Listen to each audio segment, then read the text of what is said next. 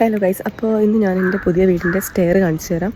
കുറച്ച് പനിയും ജലദോഷമൊക്കെ ആയിട്ടിരിക്കുകയാണ്. അപ്പോൾ ഞാൻ വീടിൻ്റെ പണിയൊക്കെ ഏകദേശം കഴിയാറായിട്ടുണ്ട്. ഹോം ടൂർ ഞാൻ വീട് പണി ഫുള്ള് കഴിഞ്ഞിട്ടിടാം.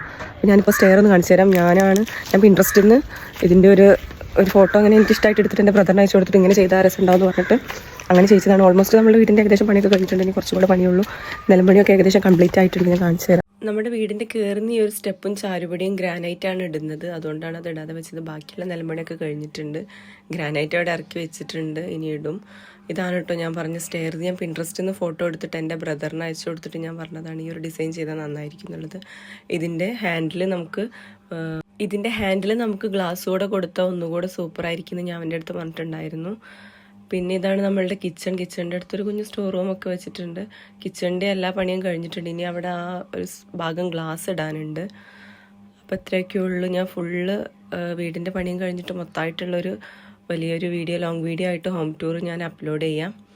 അപ്പോൾ വീഡിയോ ഇഷ്ടപ്പെട്ടാൽ ലൈക്ക് ചെയ്യുക, ചാനൽ സബ്സ്ക്രൈബ് ചെയ്യുക. കുറേ പേര് ചാനൽ സബ്സ്ക്രൈബ് ചെയ്യാതെ കാണേണ്ട എല്ലാവരും ഒന്ന് സബ്സ്ക്രൈബ് ചെയ്ത് സപ്പോർട്ട് ചെയ്യുക. ബൈ.